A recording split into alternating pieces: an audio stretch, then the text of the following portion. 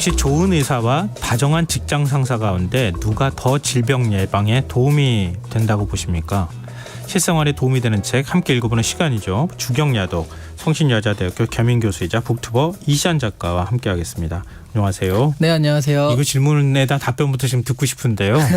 굉장히 흥미로운 질문이어서. 사실 이게 그 맥락을 보면 다정한 직장 상사가 맞겠죠. 그리고 좋은 의사는 예방엔 절대 도움이 안 됩니다. 치료에 도움이 되는 거죠. 그러네요. 네. 그동안. 왜냐하면 우리가 그 병에 걸려야 의사를 찾아가니까요. 네. 아니, 사실 좀 주저했거든요. 왜냐하면 책 제목부터 물어봐야 되는데 궁금한 거라고 해서 덜컥 먼저 물어보는 게 맞나 이런 생각이 들었는데요. 자, 오늘 책 제목부터 얘기를 좀 해주시죠. 오늘 소개해드린 책은 다정함에 대한 책이에요. 그 제목부터 얘기하자면 다정함의 과학입니다. 예전에 저희가 다정한 것이 살아남는다라는 책을 소개해드린 적이 있거든요. 근데 그 책과는 좀 다른 게 그 책은 사회성 있는 개체들이 어떻게 진화론적으로 살아남는가에 대한 그런 책이었어요. 오늘 소개해드린 책은 실제 인간 사이의 애정, 다정함 같은 것들이 인간의 건강에 어떤 영향을 미치는가에 대한 책입니다. 제목은 비슷하지만 내용은 좀 다른 게 작가가 켈리 하딩이라는 분인데요. 이분이 공공의료로 학위도 받고요. 현재 콜롬비아 대학 메디컬 센터의 정신의학 담당 교수입니다. 그러다 보니까 사람들의 건강이라는 보다 현실적인 포커스에 맞춰서 씌워진 책이에요. 좀 그거는 봤어요. 이거는 그 논문이나 이런 것들 통해서 국내 학자들을 통해서도 확인된 내용이던데 차별받는 사람은 아프다. 네, 그렇죠. 예, 그 실제로 몸이 아프다고 얘기를 하더라고요. 맞습니다. 근데 이건 정반대의 얘기여서 그거랑 정반대로 생각해도 되는 걸까? 이런 생각도 좀 하게 되는데요. 그러니까 뭐 반대라기보단 비례관계죠. 비례관계라고 보시면 될 것 같은데. 그러네요. 네. 실제로 따뜻한 말 한마디 이런 것들이 육체적인 건강에 영향을 좋은 영향을 끼치는 거고 그 말씀하신 건 나쁜 말은 나쁜 영향을 미치는 거니까. 여기 재미있는 토끼 실험 하나가 처음에 나와요. 그 얘기를 좀 소개해드리면 1978년에 높은 혈중 콜레스테롤 수치와 심장 건강 사이의 관계를 입증하려고요. 표준 토끼 모델 실험이 계획이 됐거든요. 그러니까 토끼들에게 고지방 식단을 막 먹인 거예요. 그 콜레스테롤 수치와 심장병의 위험 요인을 조사하는 실험이었는데요. 몇 달 뒤에 확실히 모든 토끼들의 콜레스테롤 수치가 높아졌습니다. 이상하게도요. 어떤 토끼들은 동맥에 지방이 다른 토끼군들에 비해서 60%나 적은 모습이 관찰되었어요. 똑같이 먹였는데요. 60%나 적다는 건 굉장히 유의미한 어떤 다름이잖아요. 아니 다 변이를 다 똑같이 했는데 이게 도대체 왜 이렇게 차이가 날까? 그 갈피를 못 잡았는데 나중에 연구팀이 재미있는 사실을 하나 알게 된 거예요. 심장 질환에 보다 안전했던 토끼들은요. 모두 물이나 레스베크라는 연구원이 돌보던 토끼였대요. 근데 아니 왜 이 사람이 돌보는 것만 그랬는데 알고 보니까 그 레스베크는요. 다른 연구원들은 실험체로만 토끼들을 대했는데 이 연구원은 되게 귀여웠나 봐요. 토끼들한테 먹이를 줄 때 말도 걸고요. 아이고 맛있게 먹어라. 그리고 뭐 쓰다듬어 주기도 하고 안기도 하고 그러니까 한마디로 애정을 주었다는 거거든요. 근데 이게 이 사이언스지에 이 연구 결과가 등재가 된 건데요. 병에 걸리는 토끼와 건강을 유지하는 토끼를 나누는 것이 식단이나 유전자나 환경 뭐 그런 거라기보다는 이 연구원의 애정이었다는 거거든요. 갑자기 앞에 그 성차별적인 거나 직장 내에서 어떤 일들이 벌어지는지 인터뷰했잖아요. 그렇죠. 그 아가씨 막 아줌마 막 이렇게 막 부른다 그러는 거. 이 한마디가 얼마나 치명적인 사람들한테 스트레스를 주고 그러는지 이런 과학적인 걸 가지고 반박을 좀 해주거나 누가 알려줬으면 좋겠다는 생각이 문득 드는데요. 근데 어쨌든 이렇게 따뜻한 한마디를 해주거나 다정하게 누구를 쓰다듬어 주거나 이렇게 하는 행위가 그 사람의 몸에 직접적인 변화를 유도할 수 있다는 거잖아요. 맞습니다. 그러면 만약에 사람들일 경우에 아이나 이런 경우에도 우리 그렇게 많이 하잖아요. 칭찬 많이 해주세요 이런 얘기하는데 진짜 유의미하게 변할 수 있어요? 네, 그거는 진짜 후성 유전학이라는 게 있어가지고요. 유전자 자체를 좀 변화시킬 수도 있다라고 하는데요. 유전자를 변화시킨다고요? 유전자가 이제 후성 유전자 같은 경우에는 나중에 변화가 될 수 있는 유전자거든요. 그러니까 실제로 이런 일도 있었대요. 출산 중에 사망 판정을 받은 아이가 있거든요. 그러니까 엄마가 이게 그 마지막이잖아요. 그러니까 출산 중에 사망한 거니까 나와가지고 이제 죽었다라고 판결을 받았는데 그래서 내 배 위에 좀 놓아달라고 엄마 배 위에 놓고 말을 걸어줬대요. 그런데 기적 중에 살아난 그 기적처럼 그게 살아난 경우가 있습니다. 근데 이건 그 사실 일회성의 기적이라기보다는요. 아이에게 살갗을 맞대고 다정한 관심을 주면 DNA 메티라를 통해서 세포의 성질이 변화한다는 후성 유전학의 결과가 있거든요. 그러니까 아이가 건강하지 못한 유전자를 가지고 태어나더라도 다정한 관심과 애정, 어린 행동 뭐 그런 것들을 통해서 아이의 DNA 발현의 맥락을 긍정적으로 바꿀 수 있다는 얘기예요. 이건 뭐 비단 아이뿐 아니라 일반적인 사람들에게도 적용이 되고요. 그래서 관심과 애정, 다정한 관계를 타인과 형성한 사람이라면 그만큼 더 건강한 생활을 할 수 있다, 하고 있다. 이렇게 볼 수 있다는 거죠. 우리가 이제 앞서 몇 차례도 얘기했던 것처럼 이게 직접적인 몸의 변화로 이어질 수 있다는 거잖아요. 네네. 질병에도 영향을 미치고. 맞습니다. 심지어는 후성 유전자 DNA한테도 영향을 미친다. 네네. 사실 놀랄만한 얘기인데 만약에 이렇게 하는 거를 이렇게 다정함을 사회에서 이렇게 보이면 어떻게 돼요? 실제로 사회 전체가 건강해지는 거 아니에요? 네, 그런 사례가 있어요. 그래서 사실은 이런 모든 얘기들이 이 마을의 사례 때문에 이건 뭐지? 라고 하면서 처음에 연구된 그런 것도 있거든요. 아, 그래요? 네, 그러니까 이 사람이 아무래도 공공의료를 처음에 연구한 만큼 사실 그에 대한 포커스와 관심이 더 있기도 합니다. 1961년에요. 스튜디오 울프 박사라는 분이 학교에 참여했다가 로제토 마을 얘기를 듣게 돼요.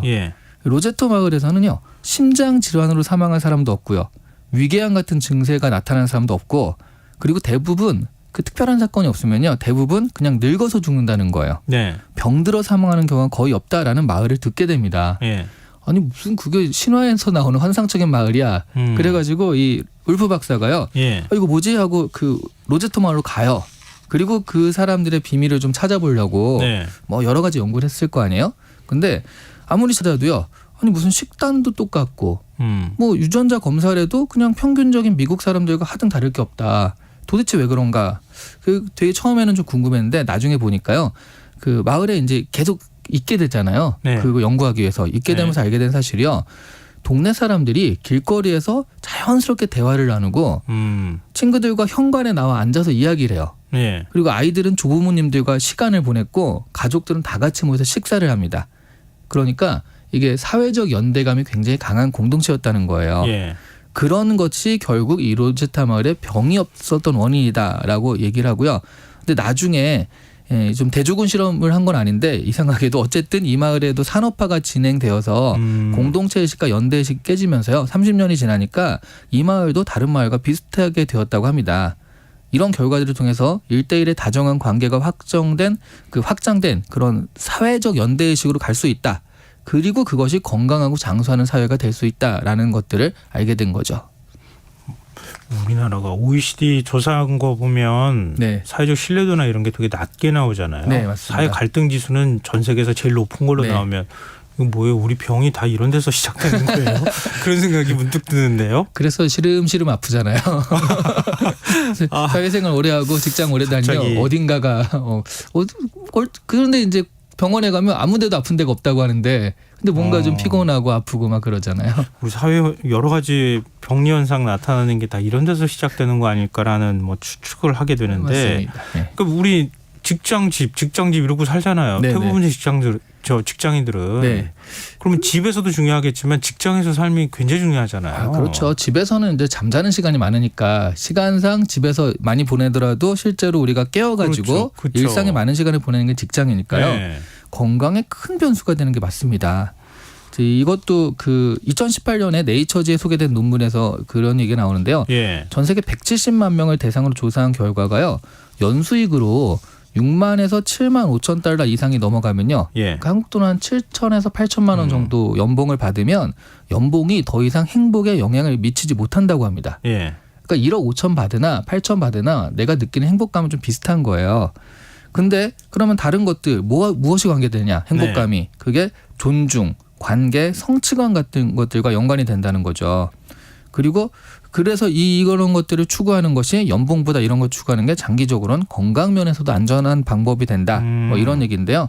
혹시라도 자신의 일에서 존중이나 성취감이 없다고 느끼더라도요, 일에 대한 몰입이나 동료들의 긍정적인 관계로 건강에 대한 긍정적인 효과는 향상된다는 거죠. 그러니까 내가 하는 일 자체가 별로 이렇게 중요한 것도 아닌 것 같아라고 그렇게 생각하더라도 동료들과의 관계가 좋으면 그런 것들이 상쇄되면서 어떤 그 결국 직장에서의 그런 좋은 효과들이 말하자면 나의 건강에도 영향을 미치는 거고요. 그러니까 사실은 직장에서 동료들한테 다정한 말 한마디 건네는 것이 장기적으로는 자신의 무병장수에도 좋다는 얘기예요.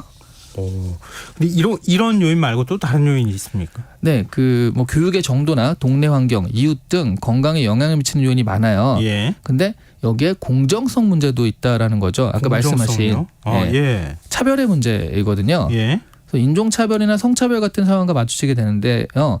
대놓고 차별을 하는 게 아니라 잠재의식 속에 내재된 형태로 아주 미세한 의식들이 차별을 만들어내요. 요즘에 대놓고 다 이러는 경우는 많지는 않잖아요. 네. 뭐 예를 들어서 뭐 군인 아저씨라는 말을 자연스럽게 쓰는 건데요. 이거는 군인은 남자다라는 어떤 전제를 가지고 있잖아요. 그렇죠. 그 여성인 군인한테는 뭔가 좀 다르게 대하게 되는데 그런 것들이 쌓이는 거거든요. 이런 상황에 노출된 이 차별받는 당사자들은요. 결과적으로도 건강에 심각한 위협을 받게 된다는 거죠. 그러니까 이 차별과 혐오를 없애려고 노력하는 것이 이제 문자 그대로 건강한 사회를 만드는 방법이 된다라는 겁니다. 강연 다니시죠? 네, 그렇죠. 기업 측 강연도 많이 다녀주시면 안 돼요? 이런 거 가지고. 그럼 우리나라 기업 문화가 좀 바뀌지 않을까요? 알겠습니다. 이게 보통 챗GPT 강연을 가는데요. 그것만 하지 마시고. 공정하게 차별 없이 해라. AI처럼 이렇게 좀 얘기를 하고 다니겠습니다. 그럼 이런 것들 좀 더 긍정적인 방향으로 진짜 다정함으로 사회를 좀 건강하게 만들 수 있는 뭐 방법이 없을까요? 일단 자기 개인적으로는 스트레스 관리가 제일 중요합니다. 그래서 이런 분들이 있거든요. 스트레스 관리 어떻게 하세요? 그러면 저는 스트레스 받는 체질이 아니에요라고 하는데 다 받거든요. 그냥 자기가 이제 의식하지 못하는 거라 스트레스 어떻게 풀까에 대해서 항상 고민을 좀 하셔야 되겠고요.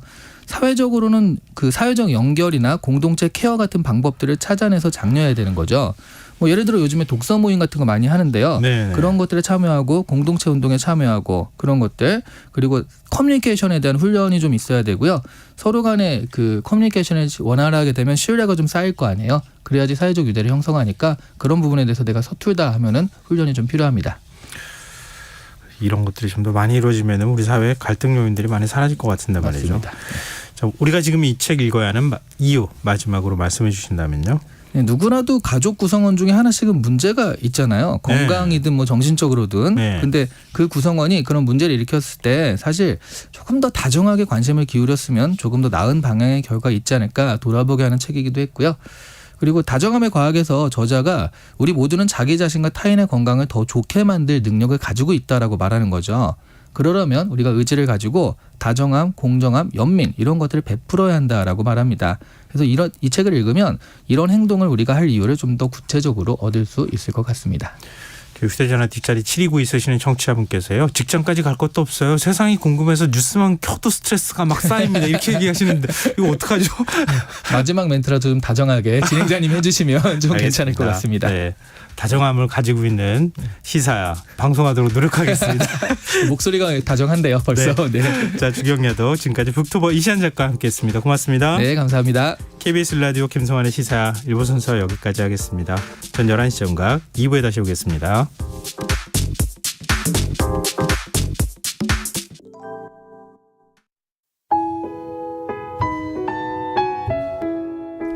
청취자 여러분, 위기가정을 찾아주세요. 어려운 경제 상황 속에서 긴급한 경제적 지원이 필요한